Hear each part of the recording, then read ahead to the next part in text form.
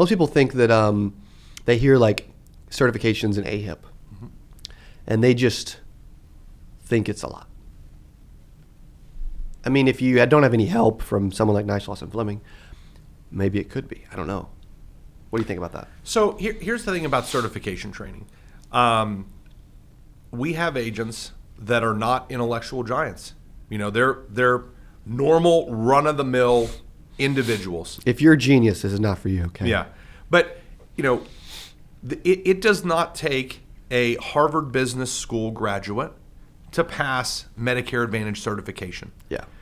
There are hundreds of thousands of agents that are out there every year doing this. This isn't like going out and taking your securities test. Gosh, no. It's less complicated than doing your anti-money laundering certification that you have to do for many life insurance products. Right.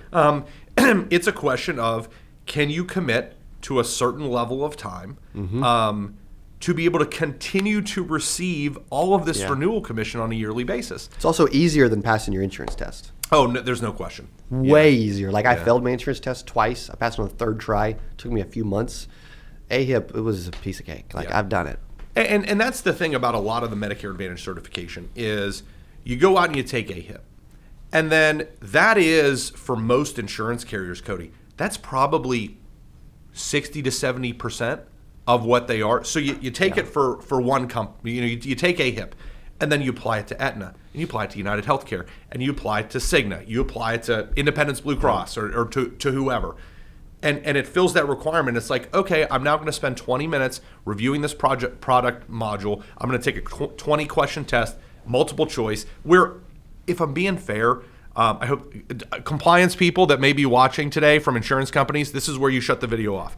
But realistically speaking, you got 20 questions where 3 of the answers are just dumb. Yeah. It's like, this is clearly not right. Like they'll have a sales scenario on there where it's like, you received a lead from a direct mail lead from a client. Should you, A, just show up at their house, B, stalk them at the grocery store, C, go on their social media and DM them about meeting in a grocery store, or D, call them on the phone and ask if you can schedule an appointment? It's like, okay. I think a lot of times it is the fear of the unknown with certification, or they'll hear from agents, oh, it's so hard. And really, it's not that the testing is hard.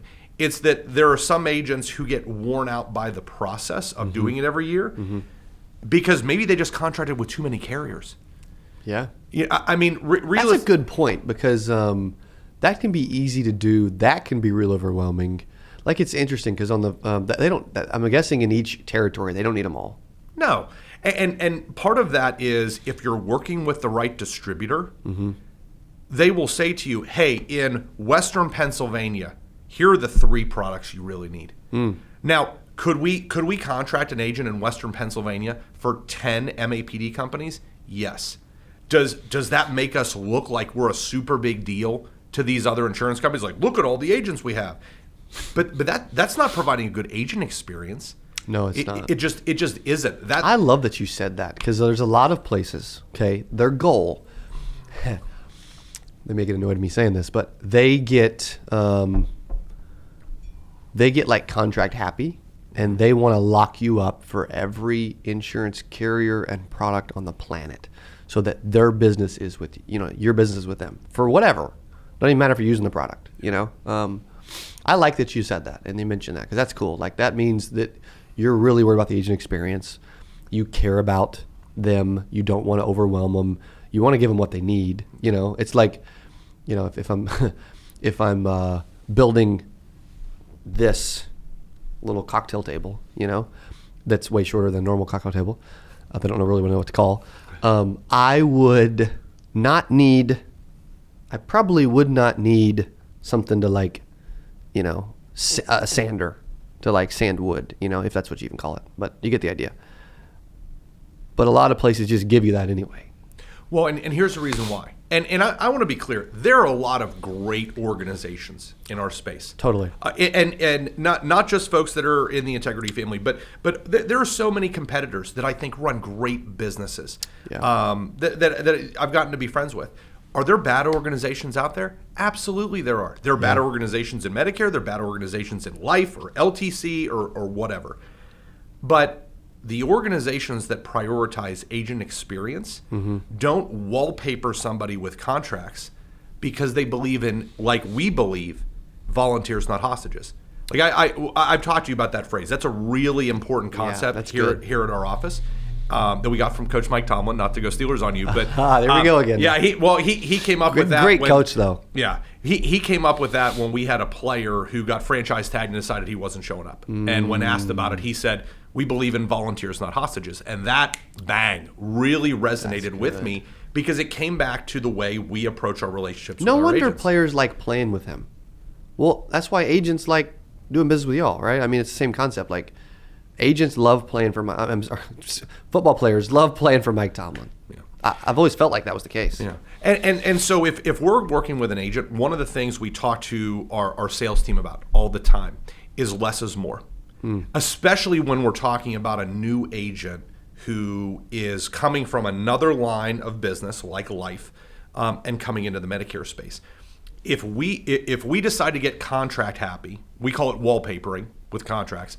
But if we decide to get contract happy and we give that agent 5 MAPD products, and let's say we do 8 Medicare supplement products, which is super easy to do with a lot of these online contracting systems, like SureLC, which we use for a lot of the contracts we use. We could get someone contracted for 10 Medicare supplement products, literally just by checkbox, just going down the line. Wow. And if that's what we were interested in, just simply building our recruiting numbers, we could do that. But guess what? An agent who all of a sudden gets approved for all of those products, they have no idea what they have. Yeah. They don't. And that's why typically we'll say to a newer agent, like if we contracted somebody in St. Louis, it'd be like, okay, here are the 2 MAPD products you need to start. Yeah. And here is 1 Medicare supplement product that we think is going to be your product most likely out of your bag on most appointments at this point in time. Let's get started with that.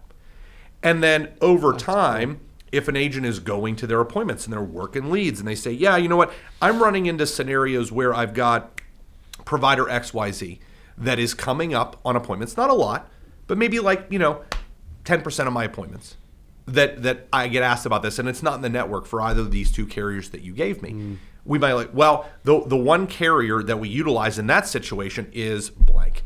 Okay, let's add it because there's a reason. But that's why I feel bad. There are a lot of agents that we talk to that they try to make the transition from another line of business into Medicare, and they worked with an organization that was wallpaper and contracts. And they just said, yeah, it's too complicated. It was too hard. Like all of a sudden there was all this certification and I didn't really know what I had and it just didn't work out. Yeah.